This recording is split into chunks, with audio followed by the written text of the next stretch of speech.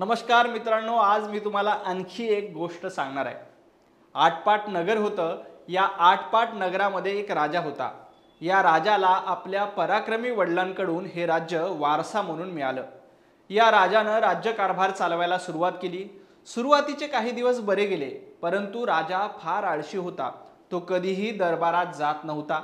आपल्या मंत्र्यांशी सल्लामसलत देखील करत नव्हता। यामुळे राजाचे मंत्री मनाला येईल तसा कारभार करू लागले। एका मंत्र्यांनी तर वसुलीचं रॅकेट देखील सुरू केलं। राजाच्या या कारभारामुळे प्रजा देखील कमालीची वैतागली होती।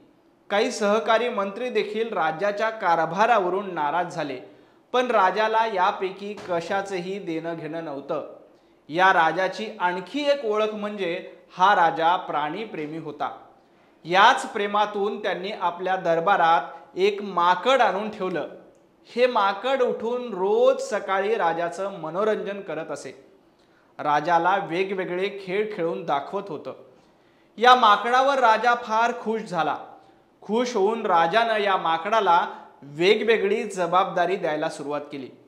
खरं तर राजाच्या दरबारामध्ये पराक्रमी सरदार असताना राजानं मात्र माकडावर विश्वास ठेवला। यामुळे काही सरदार नाराज देखील झाले। त्यांनी राजाची साथ सोडायचा निश्चय केला। ही खबर राजाला कळाली आणि त्यांनी आपल्या शिलेदारांना विचारलं, तुम्ही माझी साथ का सोडताय?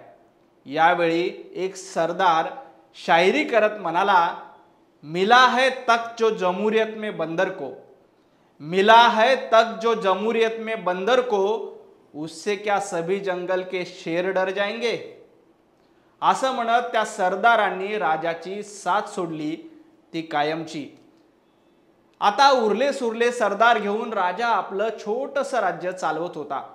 राजाकडे आता फारसे सरदार नसल्यामुळे राजाच्या संरक्षणाची जबाबदारी याच माकडाला देण्यात आली। एक दिवस राजावर हल्ला होतो। आक्रमण झाल्यामुळे सगळे सैरबेर धावू लागले। तेव्हा माकड हातात तलवार घेऊन इकडून तिकडे उड्या मारायला लागलं। खरं तर सरदार निकरानं लढत असताना माकडाच्या उड्या मात्र इकडून तिकडून सुरू होत्या। यामुळे या उरल्या सुरल्या सरदारांनाही लढता येत नव्हतं। लढाई सुरू असताना माकड इकडून तिकडं उड्या मारत राजाच्या पुढे गेलं आणि उडी मारता मारता माकडाची तलवार राजाला लागली, ज्यात राजाचं नाक कापलं गेलं। राजाचं नाक कापल्यामुळे ही लढाई अर्धी सोडून उरलेले सेनापती आणि राजा आपल्या दरबारात आले। माकडाच्या नसत्या उठाठेवीमुळे राजाचं नाक कापलं गेलं होतं। त्यामुळे आता तरी राजा या माकडाला दूर करील अशी भाबडी अपेक्षा दरबारातील इतर सरदारांना होती। या सर्व सरदारांनी मिळून माकडाची तक्रार राजाकडे केली। सर्व सरदार माकडावर ओरडायला लागले। तेव्हा माकड म्हणालं, महाराज, तुमचं नाक कापलं गेलं तरी भोक मात्र शाबूत आहे।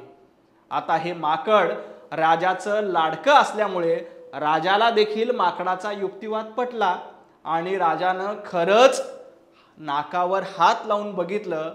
नाक कापलं गेलं होतं, भोक मात्र शाबूत होतं। त्यामुळे माकडाच्या विरोधात बोलणाऱ्या सरदारांनी राजाला गप्प केलं आणि सांगितलं, इथून पुढे राज्यकारभाराची सगळी जबाबदारी माकडाकडेच राहील। त्यावर एक सरदार उठला आणि म्हणाला, महाराज, आपल्यावर शत्रू चालून आले। आपलं अर्ध राज्य गेलं।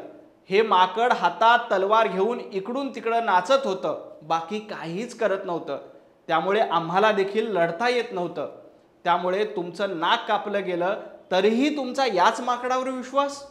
त्यावर राजा म्हणाला, अरे, आक्रमण होत असताना माकड किमान इकडून तिकडं उड्या तरी मारत होतं। He is doing something.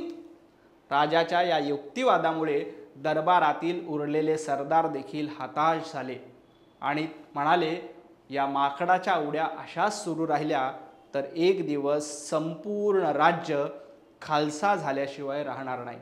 पण राजा काहीही ऐकायला तयार नव्हता। मित्रांनो, महाराष्ट्राच्या राजकारणातील राजा कोण आणि माकड कोण हे तुमच्या लक्षात आलं असेल। माकड रोज उठून नसती उठाठेव करत राहिल्यास काय होतं हे तुम्ही या कथेतनं ऐकलंय। लहानपणी मला एक कविता देखील होती, ज्यात माकडाच्या नसत्या उठाठेवीमुळे काय होतं त्याचं सुंदर वर्णन करण्यात आले। मला खात्री आहे ती कविता तुम्हाला देखील आवडेल।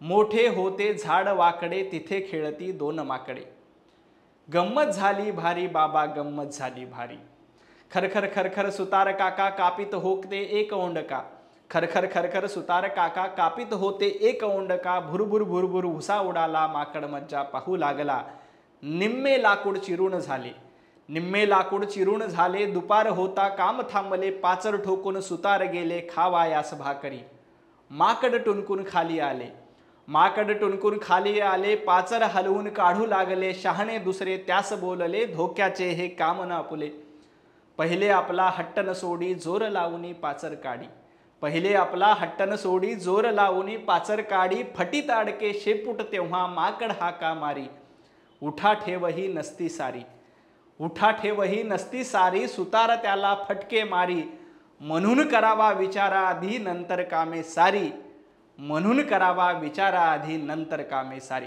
खूप खूप धन्यवाद।